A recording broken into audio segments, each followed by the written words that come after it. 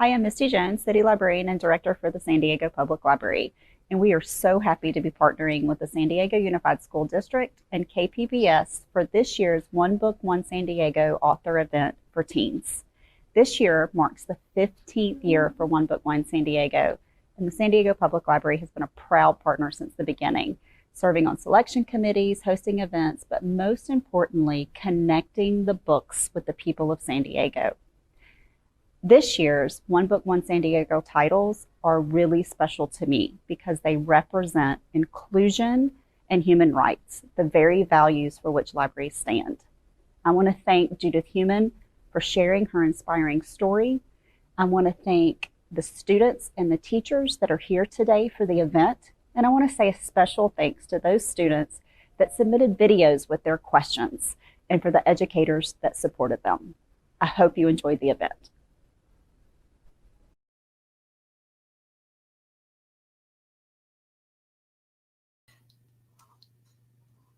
Hello, friends. Thank you all so much for joining us today. My name is Angie Stava, and I'm a librarian at the San Diego Public Library. That's where I am right now.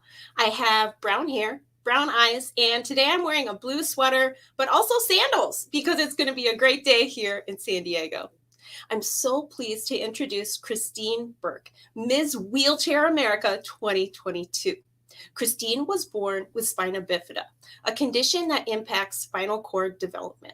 She was crowned Ms. Wheelchair America in August, and she campaigned on the theme of putting disability back in diversity. Christine lives in NorCal, and she was Miss Wheelchair California in 2020. She's currently working as a talent manager, but in college, she played on the U.S. women's wheelchair basketball team. Whoa. Welcome, Christine. Hi, everybody. Thank you so much, Angie. I really appreciate that wonderful intro and to be with everybody here with One Book, One San Diego. As Angie said, my name is Christine. I'm a white woman in my 30s. I'm wearing my lovely, very sparkly, very bedazzled crown with my red. I have a red shirt and a red Miss Wheelchair America 2022 sash, black pants, and I am in my office right now. So, the book today, oh my goodness, Jennifer Keelan, she was such a prominent, going back to August at the competition, she was such an important part of all of the things we learned that week. There's a picture of her that I'm sure you guys saw of her climbing the stairs with her wheelchair behind her. And one of our queens from Arkansas, she actually, that was one of the foundations of her platform, was Jennifer's story. So when I was growing up, I had a wonderful advocate mom, and she's still, I call her my queen mother.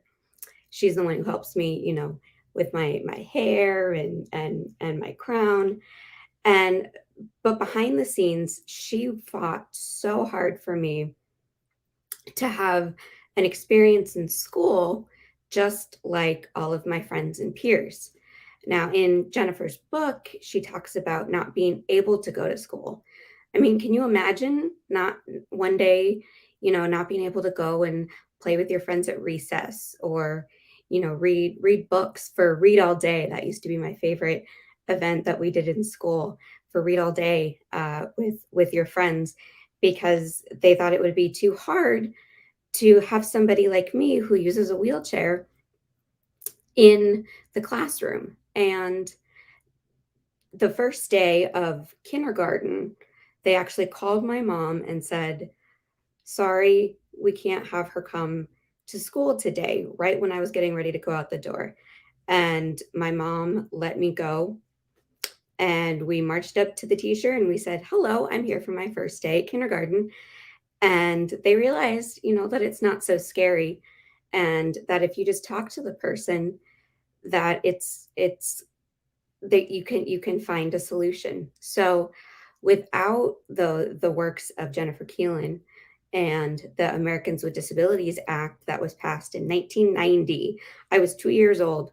So even though the ADA was passed when I was in kindergarten, I still had a lot of obstacles that I had to overcome when I was starting school, and even in school, fighting to be able to do certain things at PE, and all the different fun races that they did, and show people how I played basketball. They Angie talked about my experience with the wheelchair basketball team. I joined that when I was 10 years old, so I was in 5th grade. And that was one of the most important times of my life because I got to be with kids who were just like me. I didn't have to go explain why I was in a wheelchair like I did with some of my other friends, but I got to learn, how to shoot a free throw, how to do a pick and roll, but I also got to learn how to pop down curbs because sometimes you go places and not everything's going to be accessible. There's not going to be a curb cut out to get up or down to the street, and that was a life skill that I had to learn. I was traveling in airports with a basketball wheelchair and luggage and my everyday chair, and learning to navigate and be responsible for that at a young age is something I feel very, very lucky that I had the chance to partake in. That really helped um, my growing up. That really, really made such a difference. I don't know where I would be if it weren't for people like Jennifer, and it weren't for Judy Heumann, who I think some of you friends met. She's known as the mother of the disability rights movement. She fought so hard for people and still does. I actually get to work with her sometimes. She's still using her platform, and I'm really, really honored to be amongst some of the strongest women in the country, in the world, who are fighting for true inclusion. So, what I would like to leave you with, friends, is be very vigilant. That means, be very aware when you're in a room, and who's not there, who's not in the room. Do you have a friend who uses a wheelchair, or has some crutches or a walker, and you don't see them in a room? Why aren't they there? um, I would encourage you to ask all of those questions, because we're not going to have a truly rich and inclusive society until everybody is in the same room, getting to say the same thoughts and experiences with everybody else. So, have a great session with Jennifer. I can't recommend this book enough. I just read it again before I came here, just because it really touched me so much. Especially the part about not being able to go to school. I still can't imagine that. So thank you guys so much for having me be able to speak with you for a little bit. I think I'll be back later, but yes, I just wanted to say thank you, and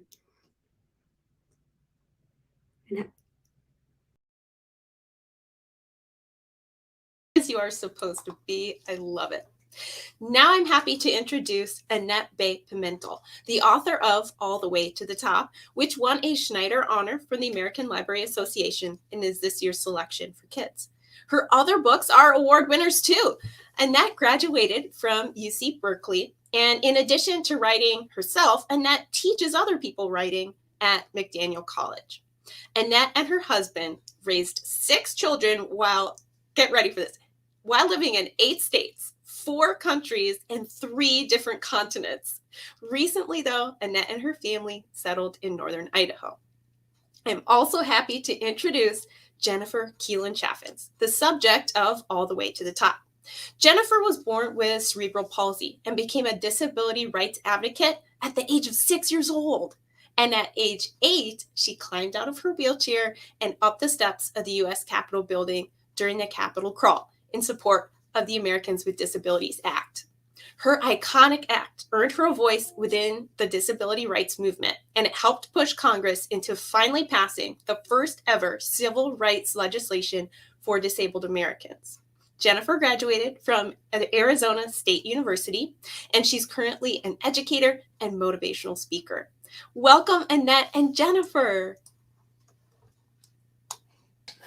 Hi, thank you so much for having us, Angie. Yes, thank you so much for being here today. Now, Jennifer, for the students and families tuning in, can you help us imagine and take us back to that day when you climbed up the steps of the U.S. Capitol when you were just 8 years old? And what was that day like, and what do you remember most about that day? Yes, it was a very hot day, especially for the month of March. It was about 80 degrees, so it was extremely hot. And it was so hot that the cherry blossoms in Washington, D.C. were actually starting to bloom. And the reason why we were there was because, well, the Senate had already passed their version of the Americans with Disabilities Act in September of 1989. The House was still stalling the ADA's full passage. So what we did is a whole bunch of disability rights groups from across the country organized to come together in Washington, D.C., and we marched from the White House to the Capitol. And that is known as the Wheels of Justice March. And then once we marched from the White House to the Capitol, we had a rally, and then we had the Capitol crawl. And I just remember it being really, really hot that day. I remember that there were over 1,000 people that day. And we all came together to tell Congress why it was important to pass the ADA without any further delay. And there were a lot of disability rights groups there. There was Gallaudet there, and I. King Jordan. There was also the Federation for the Blind, and there was members of the disability rights movement like Judy Heumann and Justin Dart, who's known as the father of the ADA, and Congressman Major Owens. He was there as well. And we were all coming together to use our voices to tell Congress why it was important to pass the ADA without any further delay. And I remember that I was really, really excited that day because I wanted to participate in the Capitol crawl to not only represent my voice, but to represent the voices of my generation of kids with disabilities and future generations of kids with disabilities. And I remember that some of the adults were really hesitant to allow me to participate because they did this for two reasons. One was because they thought it would be difficult for me because I was a child. And two, they were concerned about having a child do the Capitol crawl because they were concerned that it would show an image of pity rather than empowerment. And so they were really concerned for those reasons. But I was determined to show them that kids' voices mattered too, and that I not only was going to do this for myself, but I was going to do it for everybody else that wasn't there. And so that was the reason why I was there and why I was so determined to do the Capitol crawl. Oh, what a powerful story. I love that. As a kid, you didn't let the grown-ups tell you no. I absolutely love that. That's so great. So Annette and Jennifer, before the ADA became a law, what was everyday life like for people with disabilities, and why is this law so important? Why was it such a big deal? Well, I think that it's important because before the ADA, it was really difficult for people with disabilities to have full and equal access to their environment and to participate in society. And so this is why the ADA is so important, because first and foremost, the ADA is a civil rights law for people with disabilities that demands that people with disabilities have access, equal and full access to everything in their society, and that people with disabilities be treated with dignity and respect, just like everyone else. Yeah, and I would weigh in there. I'm a white woman in my 50s, and when I went to school, I never went to school with anybody with disabilities. And so, from the perspectives of someone living without disabilities, um, there was an assumption that somehow that category of people with disabilities didn't exist, or at least didn't participate. And yet, as my children who grew up after the ADA was passed, they all went to school with kids with disabilities. So I think there was a huge difference in who was able to participate in society and who wasn't. That's so important. Let's go to our first student video. We've got a few recorded questions from some very special students. The first question is going to Hello, my name is Justice Jones, and my question for you is, what inspired you on making All the Way to the Top, and have you made any more books like it? All right, Justice asks, and it wasn't just her, also Brianna and Natu also had the same question. What inspired you in making All the Way to the Top, and have you made any more books like it? That is such a good question. I was trying to think about important things that had happened in my lifetime that I thought kids should know about. And I realized that the whole world that I walk in, when I go to town, when I go to the library, there are ways that people with wheelchairs can get into those places. There are ways that people who have problems hearing or seeing can interact. And that wasn't the way things were when I was a kid, when I was in elementary school. And I realized that kids probably didn't realize that there was a different world than that. And so I knew I wanted to write about the Americans with Disabilities Act. But, writing about a law sounds a little bit boring. And so I was worried about how I was going to write about it. And I was researching the legislative history, and I found Jennifer's story. And then I was super excited because it was not only a story about access and inclusion, but it was also a story about how kids can change the world. But it also wasn't my story. And so I did a little detective work and figured out where Jennifer lived and how to contact her. And I got in touch with her and I asked if she was interested in working on the book with me. And she was. And so that's how this book came about. And I have written other books about people. I like to think of them as people you've probably never heard of who changed the world. So I had a book come out last year, Puras Cuentos, about a Spanish and English-speaking librarian who started bilingual story times. And I've written about the first woman to run the Boston Marathon and about a Chinese-American trail cook. So I've written a few other books about that, but none that I got to work so closely with the person it was about as in All the Way to the Top. Fantastic. What a special experience for you to be able to work together. Yes. All right. Well, let's go to the next student video question. Hi, my name is Kane. I'm in 5th grade at Hearst Elementary. My question is, how was it like going up the stairs with all the people yelling and screaming at you? That was Kane asking, what was it like going up the stairs with all the people yelling and screaming at you? That is an excellent question. And I felt really excited. I also felt really empowered because with all of those people encouraging me to continue to do the climb and reach the top, it made me more determined to reach the top so that not only my voice would be heard, but also all those other kids that weren't there. I wanted to make sure that their voices were heard too.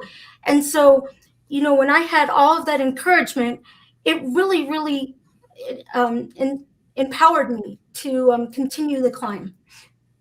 I love it. Yes. Let's see our next question.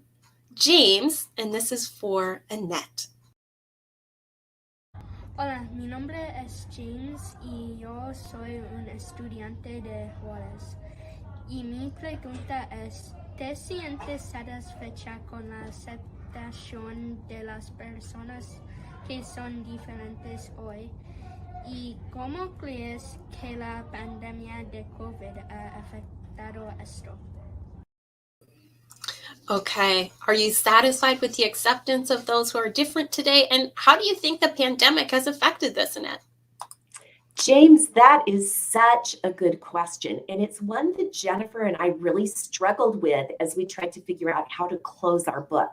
Because the fact is that things are better in some ways than they used to be, but the job isn't done. There are still people who are shut out and kept from participating. And so we tried to close with a vision of how things have improved, but we're still working towards more. And your question about the pandemic is really thoughtful. In some ways, I think the pandemic has improved accessibility for all kinds of people. You know, I live in a small rural town, and yet I can participate in things that happen far away in ways that I couldn't before the pandemic. And similarly, people who need closed captioning to understand, that's a lot easier to do. But I think that there are also problems that the pandemic has highlighted. If you don't have access to technology, then you're shut out, you're made more different than you might have otherwise been. And so I'm so grateful that there are kids who are thinking about those issues and who will be working towards solutions with us. So thank you, James. Let's ask the next question. This one is from Brooklyn, and it's for Jennifer. After seeing how difficult it's been to change the laws, would you do it again? All right. After seeing how difficult it is to change the laws, would you do it again, Jennifer? Absolutely, 100%. Because I know how difficult it has been to change the laws, but I think the book points out that it's important to speak up and speak out. And that's where change happens. Change happens when you have the courage to speak up and speak out. And so absolutely, 100%, I would do it again. I love it. I love your fighting spirit, Jennifer. All right. The next question is for Annette from Eric. My name is Eric, a student at Troy Mid Elementary School. My question for you is, do you think things have changed enough for people like Jennifer? Okay. Do you think things have changed enough for people like Jennifer? I don't think they have changed enough. And in fact, there was a school class that read this book, and they walked around their town and they identified places that people with disabilities still couldn't access. And then do you know what they did? They started writing letters to them. And so I think that the most important thing to change are people's minds. And I think when people's minds change, then there's a lag between that and the time other things change. But I think that as people consider the issue, then their minds can change. Yes. All right. Let's go to our next student video question. Liberty is going to ask a question for Jennifer. Hello, my name is Liberty, and I am a student at Hearst Elementary. My question is for Jennifer. What was the hardest thing about fighting for the passing of the ADA? Hello, my name is Liberty, and Jennifer, what was the hardest thing about fighting for the passing of the ADA? That is an excellent question. And I think for me, the hardest part was when the ADA was being stalled by the House of Representatives. As a matter of fact, I have a copy of the Senate version of the Americans with Disabilities Act of 1989. This was passed in September, and this is the Senate's version of the ADA. And the reason why the ADA was being stalled was because the House was concerned that it would be too hard to implement and too expensive. And so I think that the hardest part of the passage of the ADA was waiting for everyone to come together and come to an agreement as to why the ADA was so important to pass as a civil rights law for people with disabilities. And so that, for me, was the hardest part. Mm-hmm. Wait, can you hold that up again? So this is the original paper that you got. Yes, we got this from Senator John McCain's office. My mom and I and my sister Kimberly. Senator John McCain was a contributor to the Senate version of the Americans with Disabilities Act. And as you can see, this actually says the Americans with Disabilities Act of 1989. And so we were waiting for the House to come together and have their version, and so that the president could sign it, because we had the full support of President Bush, and we had the full support of other senators like Senator Major Owens and Senator Kennedy. We had their support, and so we were just waiting for the House to pass their version so that the president could sign it into law. Mm-hmm. And as you guys know, the ADA was passed about 4 months later on July 26, 1990. Wow, that is just amazing. And so then, is that true that the senator's office gave you that signed copy? Yes, this is from John McCain's office. Yeah. What an amazing piece of history that you participated in, and then you have this amazing memento. And we also have a letter from Senator McCain showing his support of the passage of the Americans with Disabilities Act. And wow. So that's amazing.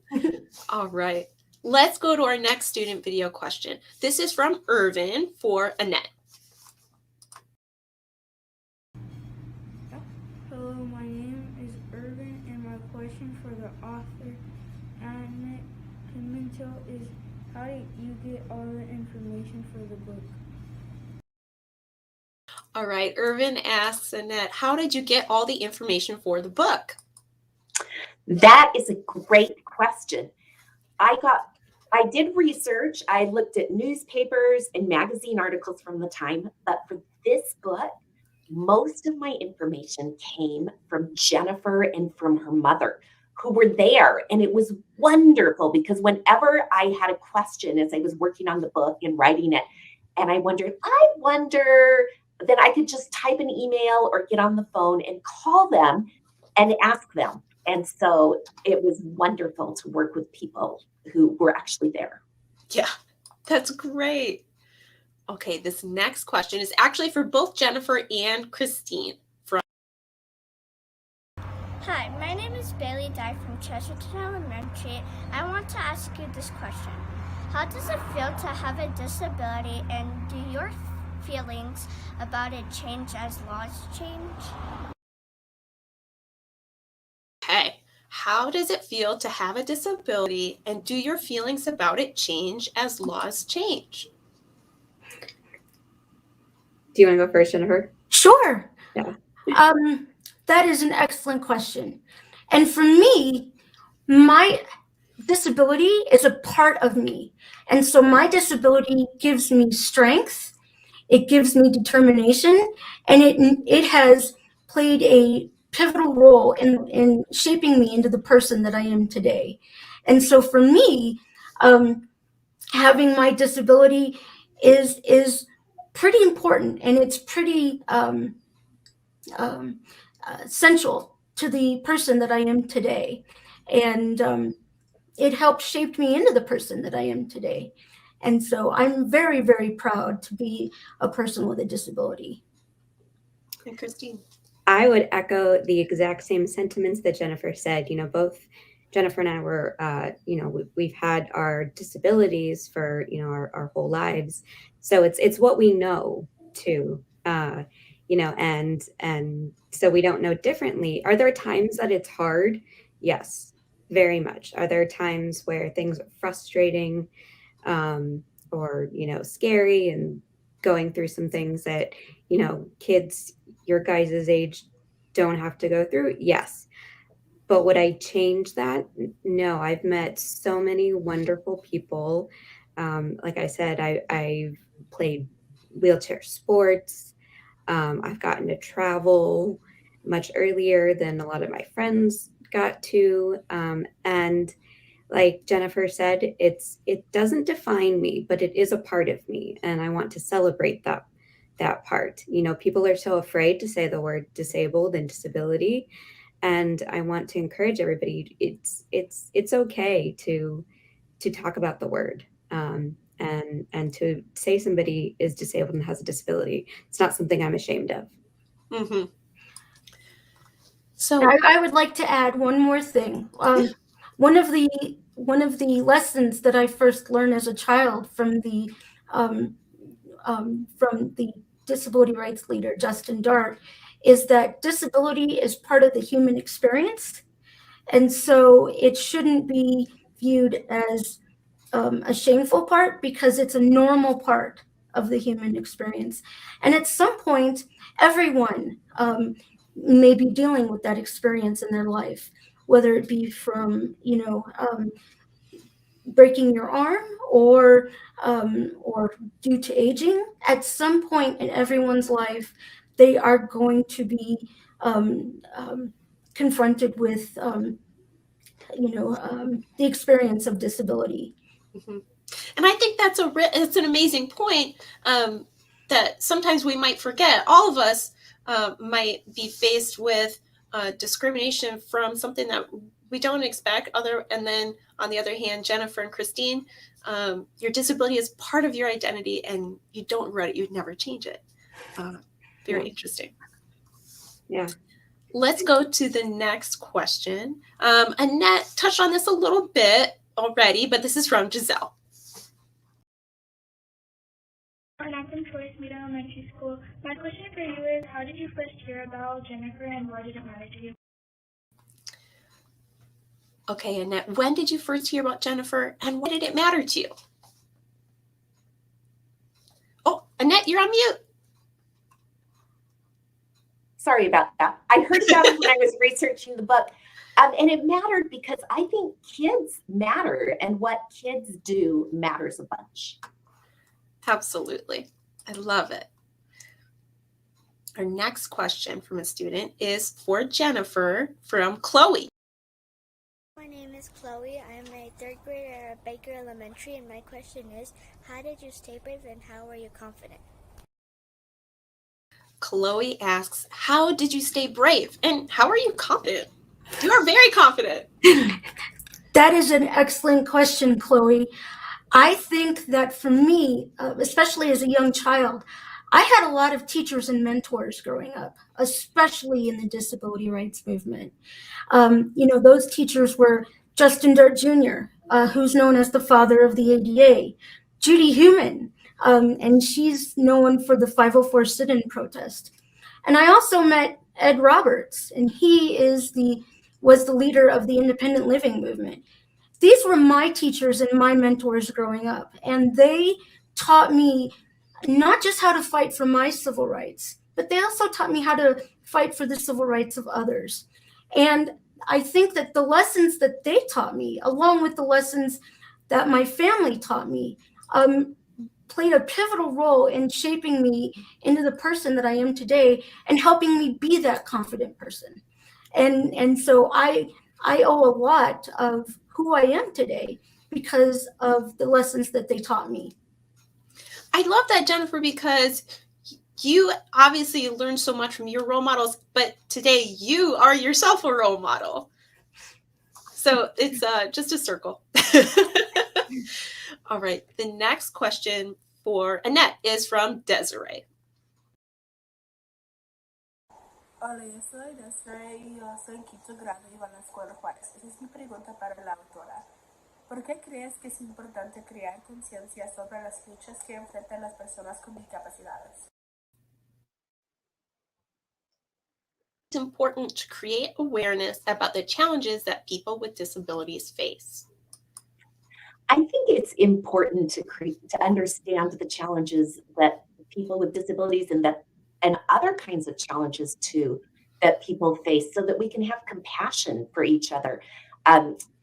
There were some experiences Jennifer had when she was going to school when the kids in her class couldn't see things from her point of view and made it a very alienating experience for her. And I think when we can see things from others' point of view, then we can not only solve problems, but we also can come together as friends. Oh, it's so true. I love that. Let's go to our next question for Jennifer from Jazz. Why do the people that don't have disabilities don't let the people that have disabilities go to school? Okay, Jennifer, why is it that people who don't have disabilities don't let the people who do have disabilities go to school? I think that for me, from drawing from my own experience, when I was a child, when that was one of my experiences, the adults wouldn't allow me to go to my neighborhood school, and so I think that it's important to you know, tell kids and show kids that it's important for everyone to be accepted and to be acknowledged and to be able to go to the same school together and ride the same bus together, and this is why again the ADA is so important, and it's also why it's important to teach the next generation the ADA's importance in American history, and Mhm. so this is all part of passing on that knowledge and having that experience. I love that, Jennifer, because it's so true. If you've grown up your whole life already having the benefits of the ADA there, you might not know that it doesn't just happen. You have to have people fight for it and fight for it with passion like you. And this is why again it's really important to to continue to speak up and speak out, because that she's right. There are still situations where students with disabilities and students without disabilities are not being allowed to go to school, and this is why it's important to continue to speak up and speak out. And this is also where I learned about separate is not equal, and so that was another important lesson that the disability rights movement and my mentors and teachers taught me, is that separate is not equal, and that this is why it's important to continue on the ADA's legacy. Oh, love it. So let's go to our next student question. This one is for Annette from Anastasia. Hi, I'm Anastasia. I'm in 5th grade from Hearst Elementary. My question for the author: I would like to know how it was like working with Jennifer on the book. All right. What was it like working together on the book? Well, at first, it made me really nervous to reach out to Jennifer because I had not met her in real life, and I didn't know what she would think about my asking if she wanted to tell her story. So I was actually really, really nervous at first. And Jennifer I didn't know this yet, but she was in college and she was very busy. So she didn't respond immediately. And I thought, oh no. But then it turned out that she was just busy. And then when she responded to me and we talked on the phone and we talked about my idea and talked about what she wanted. And at that point, it became a really wonderful experience. Not only wonderful because I got a lot of great information from her, but I also learned so much from her while I was working with her. It was so good working on this topic to talk to someone who had lived that life. And she helped me learn so much. So it ended up being a really good thing, even though at the beginning it was a pretty scary thing. Aw. Now, I have a question. Was there anything that surprised you about working together, or anything that you found that experience of collaboration being really memorable or meaningful? Because probably a lot of the students here have to do group projects, and they might not really like doing group projects. Do you want to start, Jennifer? I found our experience working together really awesome. I really enjoyed working with Annette and working with Nabi on the book and on this project, because I always wanted to have a children's book telling about my story and about the importance of the Capitol Crawl and the disability rights movement. And so when Annette approached me with this project and this idea, I jumped at the chance, because I always wanted to be able to show kids and tell kids about the importance of the ADA from my 8-year-old perspective. And so when Annette told me and approached me and said that she wanted to do it, I thought it was an awesome experience. Yeah. Yeah, I think one thing that was really important in our working together is that we had to listen really carefully to each other. Jennifer knew everything about what had happened, but she hadn't written picture books before. And so she had information that I needed, and I had information that she needed. And so we had to be willing to listen to each other. And then Jennifer mentioned Nabi Ali, who was the illustrator. Then when he joined us late in the process, then there was a whole set of listening that had to happen again. And the other thing that really mattered, that I think matters when you work in a group, is that we could really count on each other to do what we said we were going to do. So that we would follow through with what we were going to do. I would ask Jennifer about something and she would say, oh, I'll send you something. And sure enough, I would get something, an attachment, email attachment that would help me with the next step of the process. And I knew I could trust her. And so that really helped too. So listening and following through. Oh, I love it. Isn't that great advice for all of us? I love it. Let's go to our next student question. This one is from Manuel for Jennifer. Hi, my name is Manuela Monza from Chesterton Elementary, and I want to ask you this question. How did it feel to be part of a movement that changed the law? Have you continued to protest? Jennifer, how did it feel to be part of a movement that changed the law, and have you continued to protest? I am very interested. I joined the disability rights movement when I was 6 years old. I went to my very first protest in Phoenix, and we were protesting the lack of wheelchair accessible buses. And so by the time I did the Capitol Crawl, I'd already been protesting for 2 years. Wow. And so I became a pro at doing media interviews by the time I was 6.5. And so as one of the few young children that got to be so closely involved in this movement, I realized at a very young age that I wasn't just representing myself, but I was representing my generation and future generations of kids with disabilities.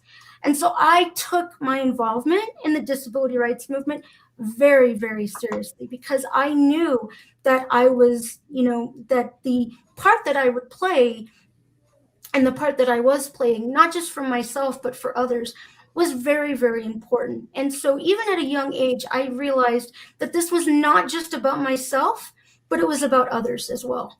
Mm-hmm. And so that was one of the reasons why I took it so seriously. And then as far as protesting now, with the pandemic, it's been really, really difficult to do protests. But what I have been doing is I've been continuing to advocate for disability rights and disability justice, and speaking with our government leaders and telling them why it's important to continue to pass legislation that takes into account disability rights. And so I've been doing a lot of virtual advocacy with different government leaders and different organizations. And so that is what I've been doing currently. That sounds so amazing. So you have not only this toolkit of planning protests and demonstrations, but you have all these other steps that you can take to make a change. That is so Yes. cool. Do you have any advice for the students and families listening in that really believe in something very strongly and they want to see a change? They know something is unfair. What should they do? Where should they start? That is an excellent question. And my advice would be to, if you see something that needs to change and you feel very, very strongly about it, especially something that you know will positively change and impact others, talk to your city and state leaders and your congressmen and women. Tell them why the issue is and why it's important to you. A lot of times when we were fighting for disability rights, we didn't just do protests, we wrote letters and we communicated with our city and state leaders and our congressmen and women. When my mom and I were Adaptive Arizona, we were in constant communication with Senator John McCain's office to find out updates about the ADA and where the ADA was going, and how long would it take to pass it, and what future steps would we need to take in order to ensure its passage. And so making change doesn't just start with a protest. It often starts with letter writing and letting people know of the issue and why it needs to change and why it's important to you. And the other thing is, make sure that you guys get a support system. Make sure that you have others that will support you. And that means, doing your research and going to organizations that have the same issue. And that way that you guys can have a support system and have strength. And it's that strength that will often also get that change going and moving. So Power in numbers, right? Wow. All right. Let's go to our next student question. This is for Annette from Hannah. Out of all the books you have made, which one do you like? Which one do you like, or which one do you like the best? That is a really hard question, because there are reasons I wrote all the books that I wrote and things that are very dear to me about them. The thing that I love most probably about All the Way to the Top, now that it's issued, is that I get to do events like this with Jennifer. And it's so fun to have a community that is sharing this book with kids. And that has been way more fun than I had expected. And it's been a great joy. Oh, lovely. Let's see.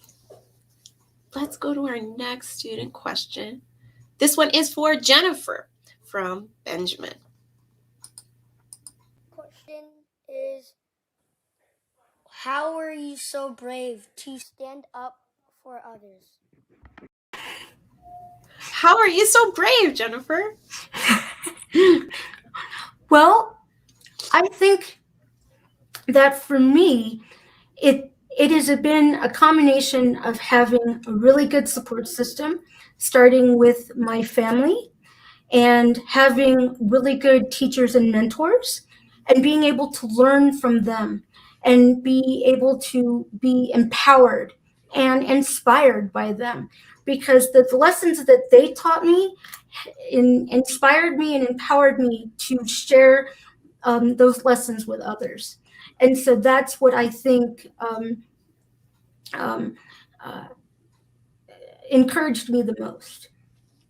I personally find your bravery as a kid so incredibly inspiring. And I know that all of us watching today feel the same way. Let's go to our next question. Mason is asking Jennifer what we're all wondering. Hi, my name is Mason Wark, and I am in 5th grade, and I am at Hearst Elementary. My question is there now a ramp at the Capitol building?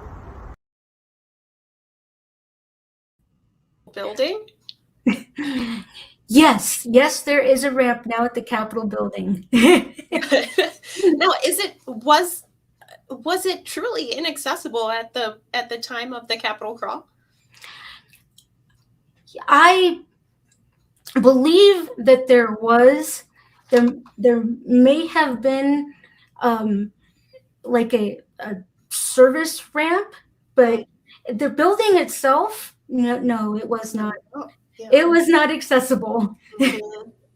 So it sounds like after the ADA passed, there were a lot of buildings that needed to be updated and changed. Is that right? Yes, yes. Let's go to the next question. This one is for Jennifer from Raina.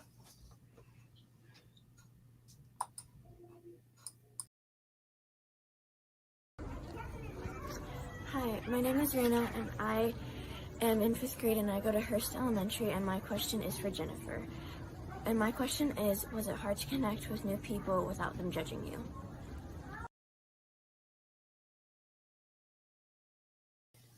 Was it hard to connect with people without them judging you? I would say as a child, at first it was, because as the book says, many of my classmates hadn't seen a person in a wheelchair. And so, at first it really was difficult because there was that judgment there, but only because, they had never seen someone in a wheelchair before. But I think that once they realized how we were more alike than different, then that judgment was no longer there, because the kids were no longer focused on my disability.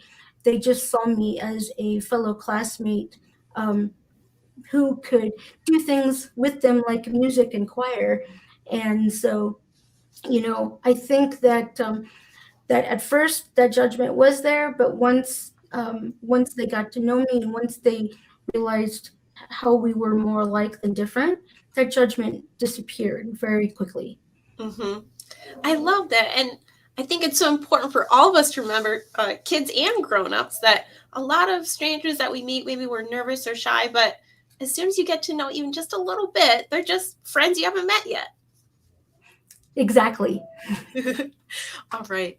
Now, for both Jennifer and Annette, we have a couple questions. The Gage Elementary students on YouTube, they want to know, how can we as kids help continue to fight for disability rights? That is an excellent question. And, I would say, again, if you see something that isn't right, or if you see something in your community that is due to a lack of accessibility, then write letters to your city and state leaders. Tell them why the ADA is important to you and why we need to continue to defend the ADA as a civil rights law for people with disabilities, so that people with disabilities can continue to have full and equal access to all areas of society and public life. And, I would also say, get together with your local disability rights advocacy groups. One of my favorites is DREDF, the Disability Rights Education and Defense Fund. I love working with DREDF. I also love working with the ARC, and they have a lot of great resources for parents and for students with disabilities. And so that would be my advice. That's excellent advice. Annette, do you have any other advice for the Gage Elementary students? Yeah, so Jennifer gave you specific places you could go to. I think generally also, when you meet people, look for things that make those people like you rather than focusing on the things that make people different from you. Because no matter how different someone seems, you're going to have things that are that you have in common. And I think if you develop the habit of doing that you will be a great advocate for people with disabilities and for anyone who feels different. Absolutely. I love it. All right, we're going to go to a question from YouTube. Zaina asked Jennifer, what did it feel like to climb up all those steps? Well, when I was done, I felt exhausted. Yeah. Climbing up 84 steps for an 8-year-old, that is like doing Mount Everest. Yeah. And so I was very, very proud of the accomplishment that I did. But I have to tell you, I was pretty exhausted. I had to have somebody carry me back down the steps. Oh. And so, yeah, but it felt, I felt, that was a day where I felt completely and totally empowered. And like nothing could stop me because not only I knew that not only was I doing this for me, but I was doing it for others. And I also dedicated my climb to my best friend Kenny, who passed away a month earlier. And so I was pretty determined to make sure that I did it no matter what. And as a matter of fact, I'm actually famous for saying, I'll take all night if I have to. And I meant it. I did not care how long it was going to take me. I was going to complete it no matter what. Do you remember how long did it take? It took me 1 hour. Woo! In the sun? Oh my goodness. Yes, 1 hour in the hottest day in March. It was 80 degrees. And I just remember that once people realized that I was doing the crawl, I remember having at least 50 cameras on me. Like all this media coverage was on me. And I remember having, I was sweating, and at one point I was really struggling, but I remember asking for water, and I remember about 50 cups of water being at my disposal to and so yeah, I would take breaks, and I would take a rest, either to get some water or to take some puffs from my inhaler. But I did not care how long it was going to take me. I was going to do this no matter what, not just for myself, but for all the kids with disabilities. So. I love that image of all the water coming at you from different directions. I think that kind of shows that even the spectators, the bystanders, the reporters, they understood that this was history in the making, that this was newsworthy. And I love the strategy of the whole Capitol crawl, because wow, what a visual impact that really had. And I was proud. I was proud to have all of those cameras on me. And because that meant that the media was paying attention. The media realized how important this was. Because as the book says, they were ignoring us. And especially the media. And so once the media realized, hey, this is important and this is history in the making, I was very, very proud to be a part of that. Very proud. So amazing. I love it. So let's go. We have maybe time for a couple more questions. Edison Elementary students from YouTube want to ask you, Jennifer, how did it feel to be the only kid protesting for disability rights? I felt honored. Because I realized that what I was doing was very important. And because I was the only kid, me and my sister, we were the only kids that were doing this. That pushed me to make sure that everyone's voice was being heard. And that, that would include, my friends at school and, all those other kids around me.